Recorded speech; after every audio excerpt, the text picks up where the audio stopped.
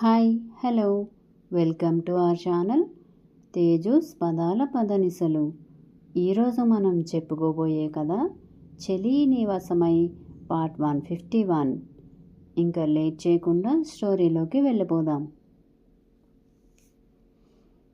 నా మీద కోపంగా లేదా అని అడిగారు మౌలి గారు. ఎందుకు కోపం? కాస్త కంగారుగానే అడిగింది సులోచన. పెళ్లి చేసుకుని వదిలేశాను. కనీసం నువ్వు ఎలా ఉన్నావో కూడా పట్టించుకోలేదు. భర్తగా నీ బాధ్యత నాదే కదా, కానీ నేను పట్టించుకోకుండా వదిలేశాను.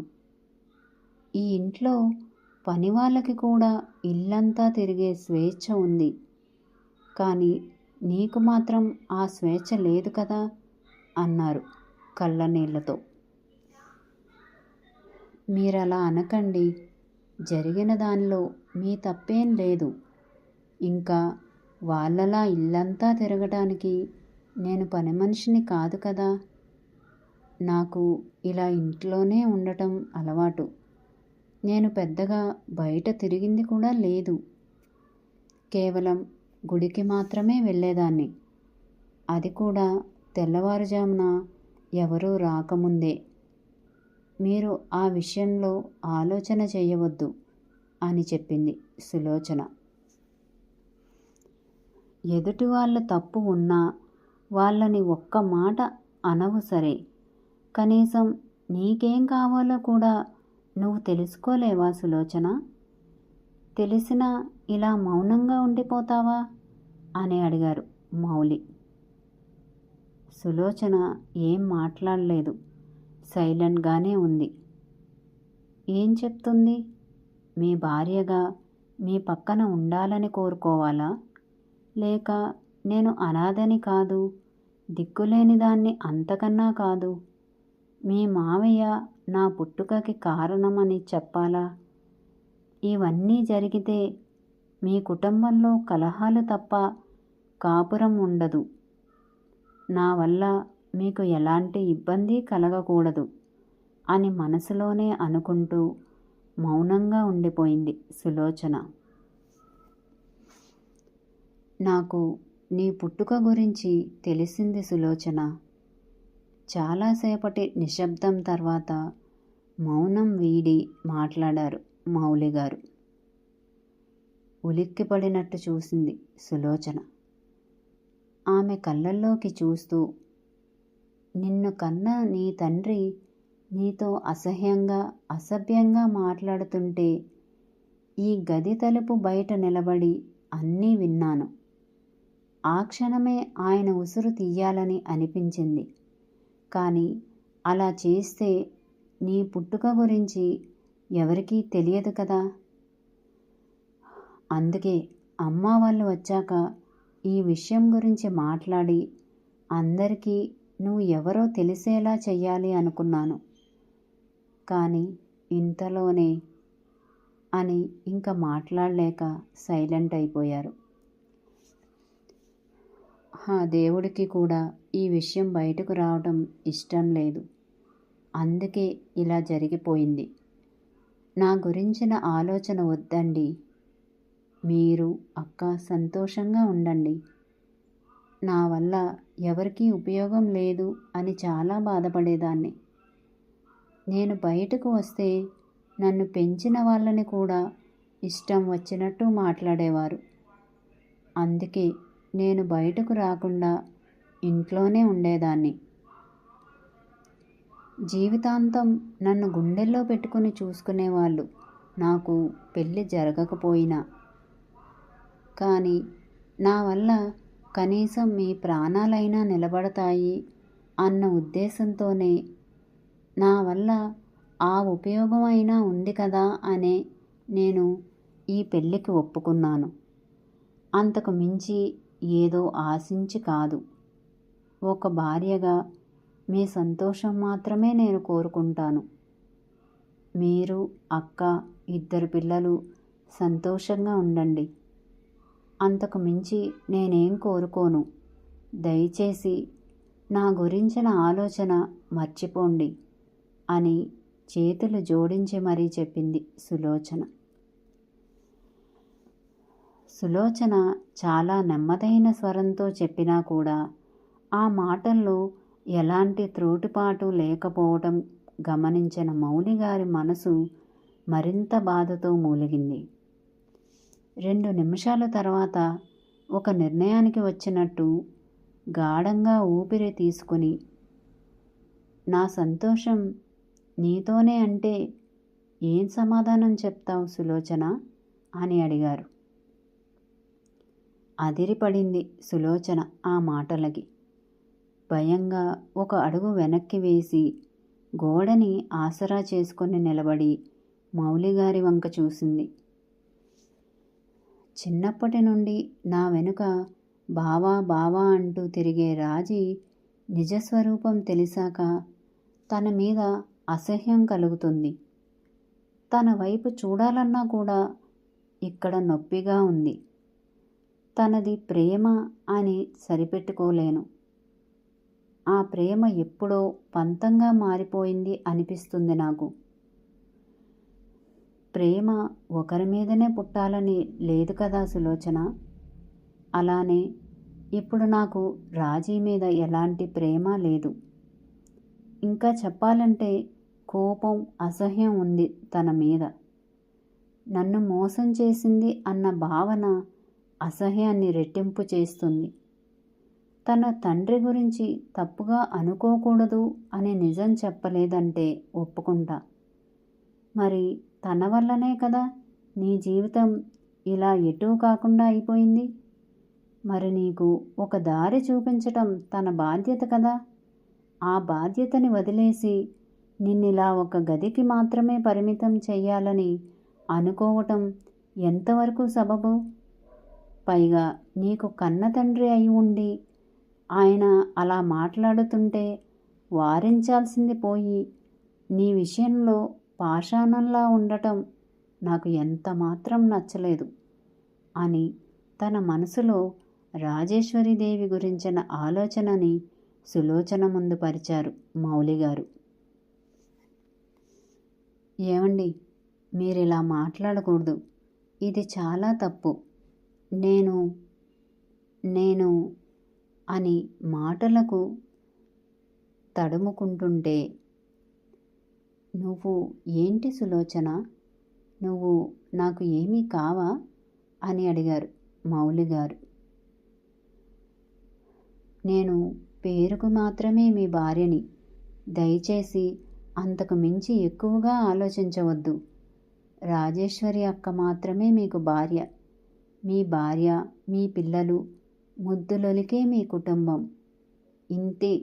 నేను ఏమీ కాను మీకు ఏడుస్తూ చెప్పింది సులోచన. నేను ఏమీ కానప్పుడు నీ గుండెల మీద ఆ తాళి అవసరం లేదు సులోచన. నీ జీవితం నా వల్లనే ఇలా అయిపోయింది అన్న బాధ నన్ను ప్రశాంతంగా ఉండనివ్వటం లేదు. ఆ తాళి తీసేయ్. నీకు మరో పెళ్లి చేస్తాను. అలా అయినా నేను ప్రశాంతంగా ఉంటాను. ఆయన సూటిగా సులోచన కళ్ళలోకి చూస్తూ చెప్పారు. భయంతో వణికిపోయింది సులోచన. తన తాళిబొట్టుని గుప్పెట పట్టుకుని, వద్దు, అలా చెయ్యకూడదు. నాకు ఏ పెళ్ళి వద్దు. ఈ జన్మకి మీరే నా భర్త. దయచేసి ఇలాంటి మాటలు మాట్లాడకండి వేడుకుంటూ చెప్పింది సులోచన. మరి నేను నీ భర్తని అన్నప్పుడు నీకు నా భార్యగా అన్ని హక్కులు ఉంటాయి కదా సులోచన. నువ్వు నన్ను తప్ప మరొకరిని నీ భర్తగా అంగీకరించలేవు. కానీ నేను మాత్రం నా మనసుని గాయపరిచిన మనిషితో అన్నీ మర్చిపోయి సంతోషంగా ఉండాలి, అంతేనా అని సూటిగా అడిగారు మౌలి.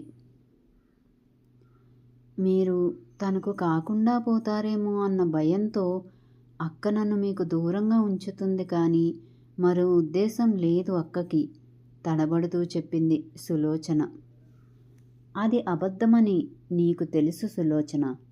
నేను కూడా ఒకప్పుడు ప్రాణంగా ఉండేవాడిని, కానీ ఇప్పుడు అలా ఉండలేకపోతున్నాను.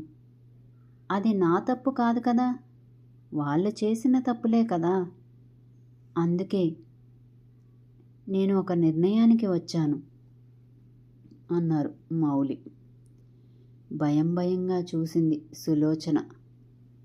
జరిగిన దానిలో ఎవరి తప్పు ఎంత ఉందో నేను నిర్ణయించలేను, కానీ బలైంది మాత్రం నీ జీవితం. నిన్నిలా దిక్కు మొక్కు లేని దానిలో వదిలేయాలని నేను అనుకోవటం లేదు.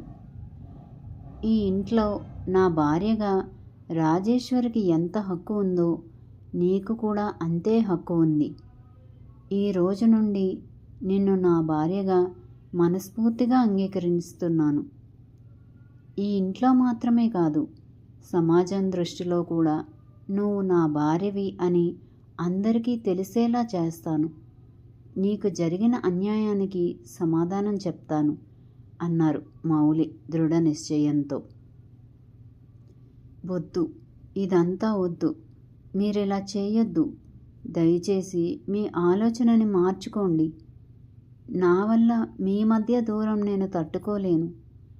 నా గురించి అసలు ఆలోచించవద్దు.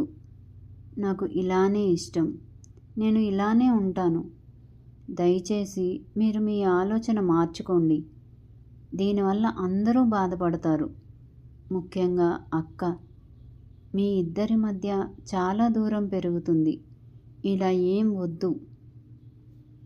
నేను ఇలానే ఉంటాను, నా గురించి ఆలోచించవద్దు అని చెప్పింది సులోచన ఏడుస్తూ.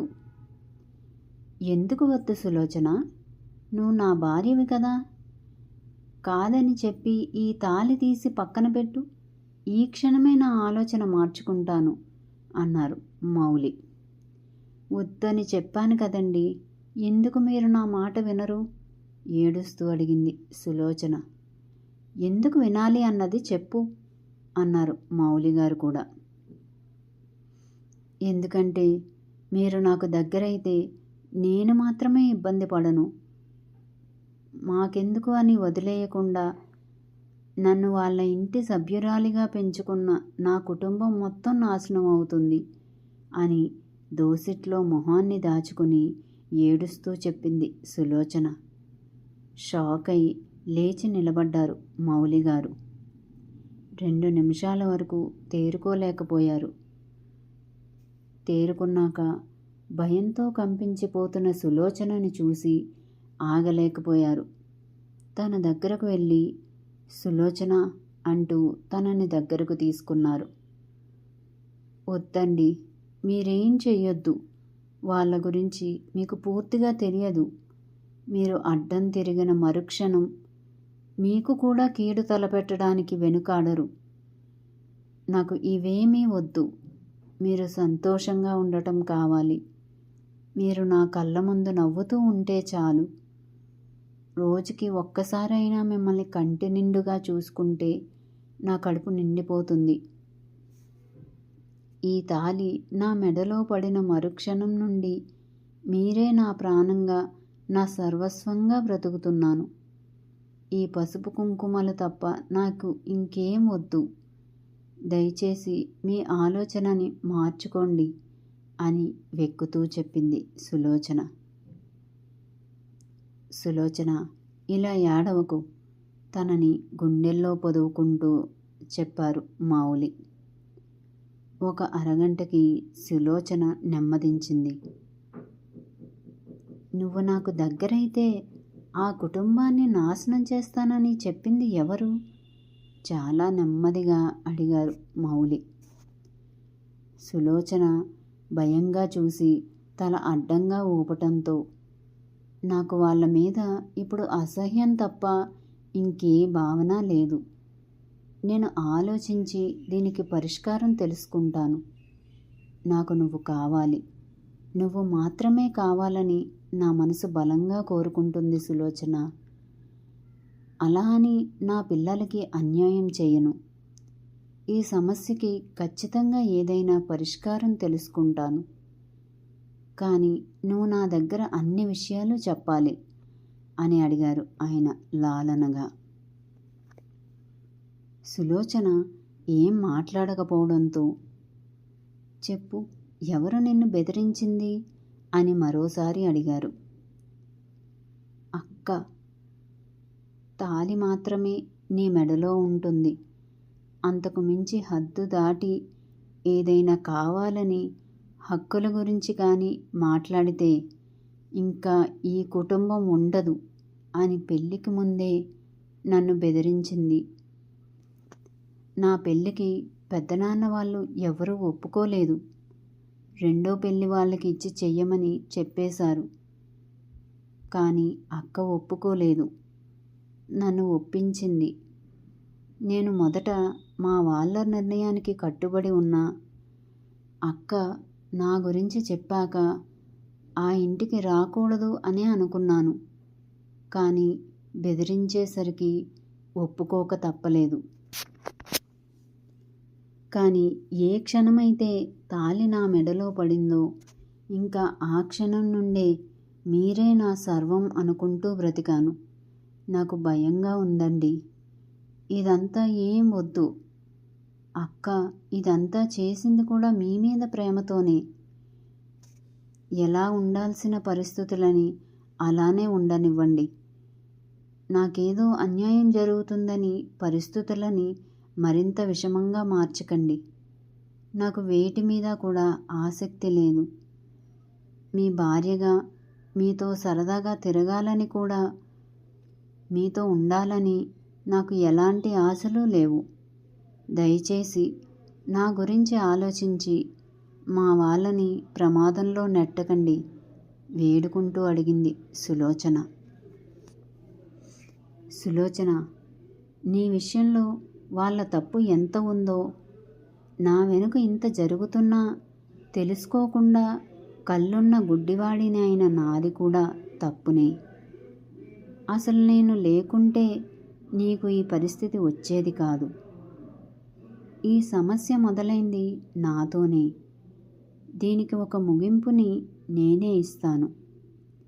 మీ వాళ్ళకి ఏం కాకుండా నేను చూసుకుంటాను అని సులోచన నుదిటి మీద ముద్దు పెట్టి అలానే వెళ్ళిపోయారు మౌలిగారు బయటకు. మరి నెక్స్ట్ ఏం జరుగుతుందంటారు? తెలుసుకుందాం మరో అప్డేట్లో. మరి మీ కామెంట్స్ తప్పకుండా షేర్ చేస్తారు కదా. Thank you friends. మా వీడియో కనుక మీకు నచ్చినట్టయితే లైక్ చేయండి, కామెంట్ చేయండి, సబ్స్క్రైబ్ చేయండి, బెల్ కొట్టండి.